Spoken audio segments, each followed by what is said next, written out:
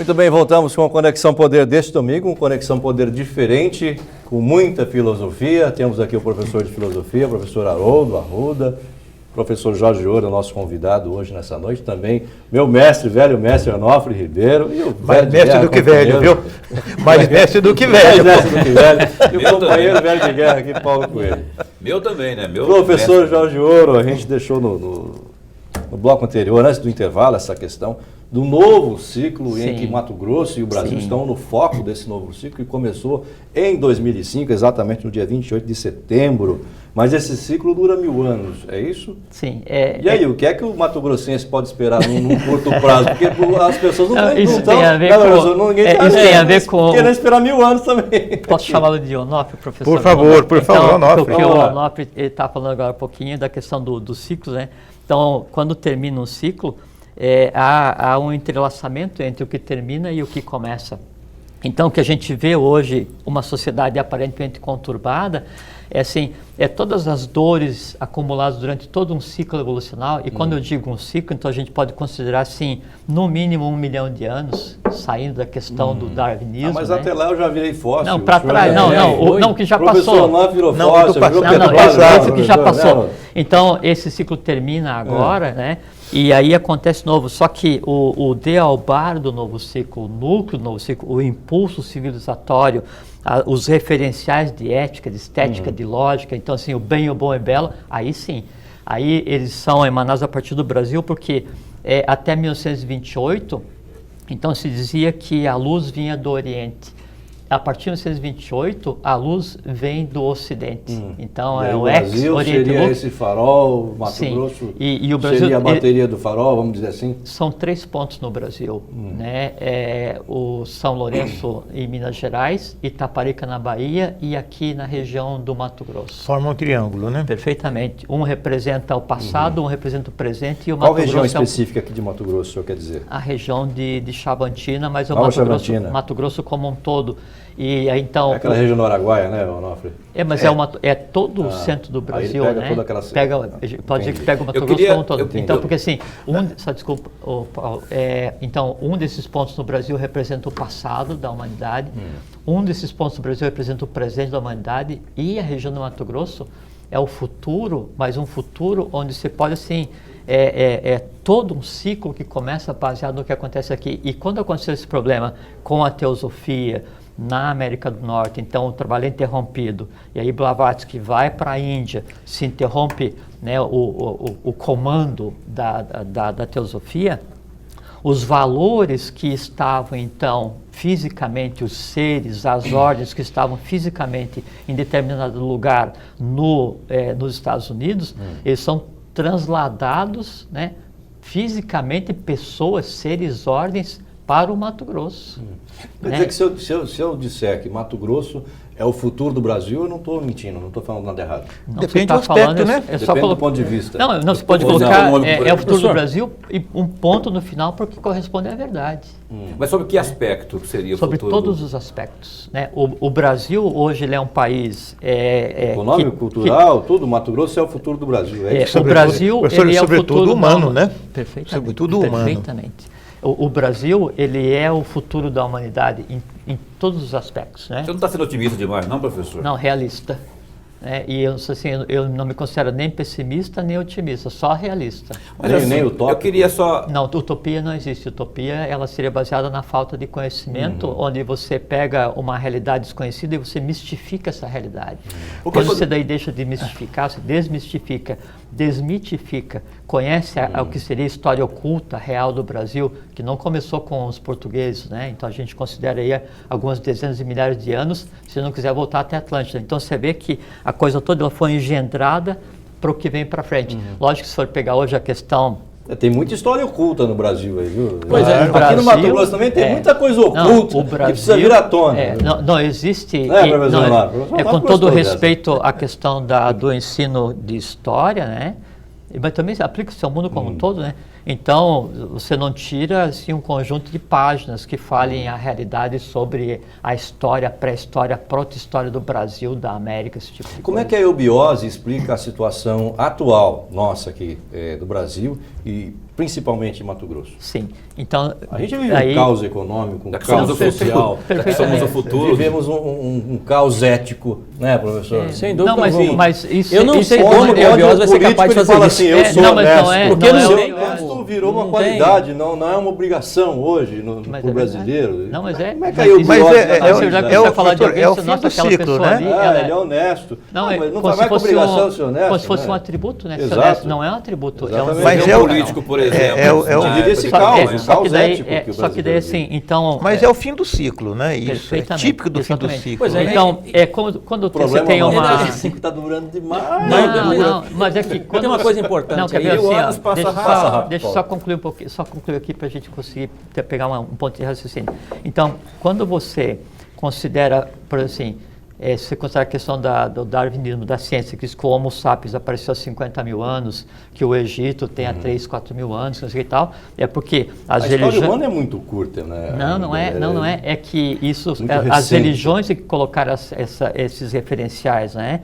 Mas você tem que considerar que a história da raça, chamada raça ária semita, raça branca, ela tem no mínimo 1 milhão de anos. Aí, antes disso, obrigatoriamente, eu não posso, por mais que a história queira ocultar, eu não posso negar a existência da Atlântida. Então, você tem uma história aí de milhões de anos. Então, se você pegar a história recente, 2, 3 milhões de anos para cá, pô, isso é um ponto numa página, você não é nada, né? Agora, em um final de ciclo, sempre as mazelas, as dores do ciclo não resolvido, elas têm que se exteriorizar para serem resolvidas, tem que vir à luz para ser resolvido. Pois é, E professor, aí- é justamente nesse ponto, eu estou quieto aqui ouvindo, né?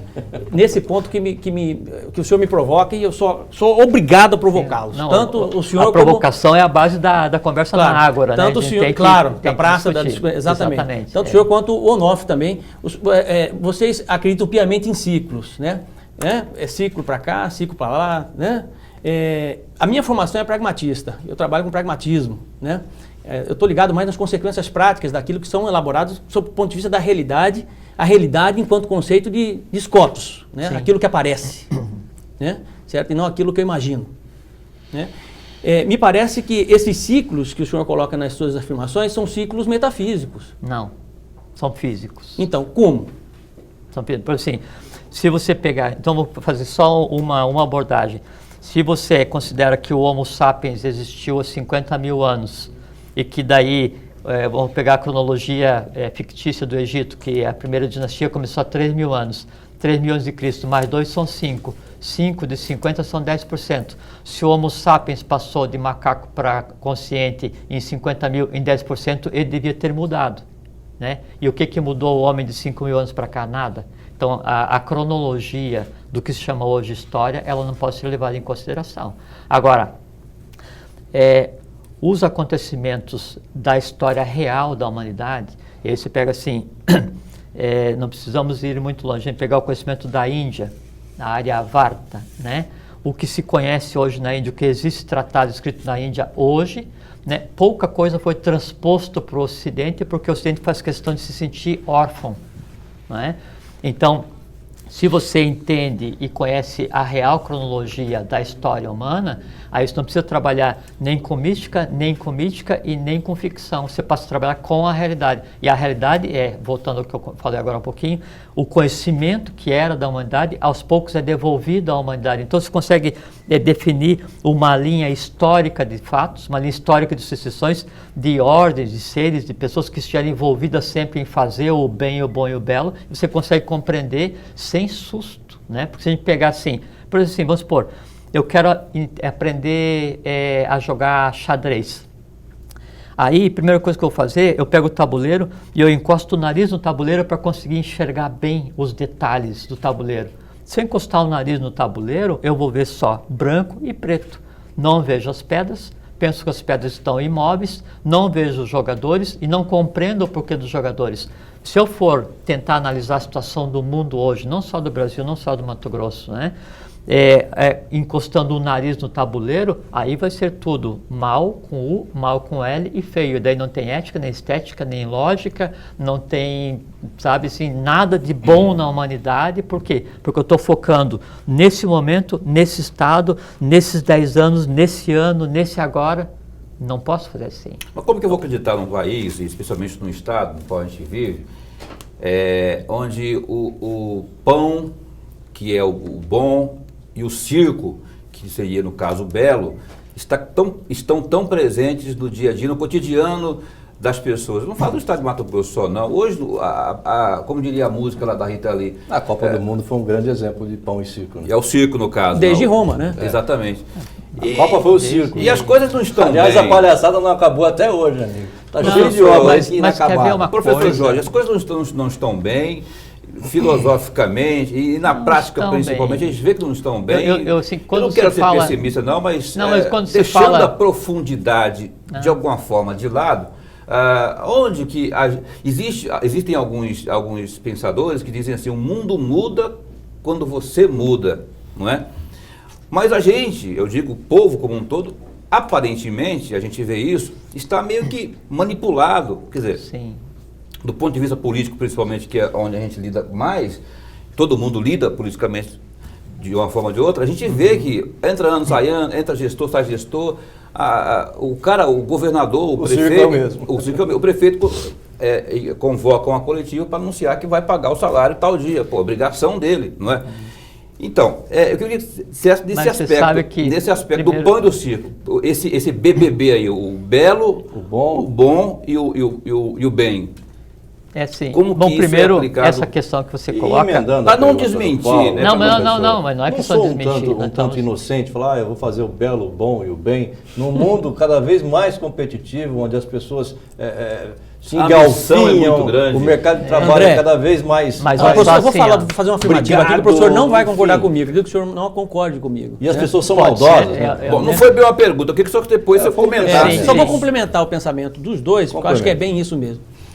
Eu vou dizer como filósofo, né, com doutorado em filosofia, estudei profundamente determinada área e cheguei à conclusão na minha tese de doutorado que tinha como tema quais as possibilidades de aplicação da ética no mundo corporativo.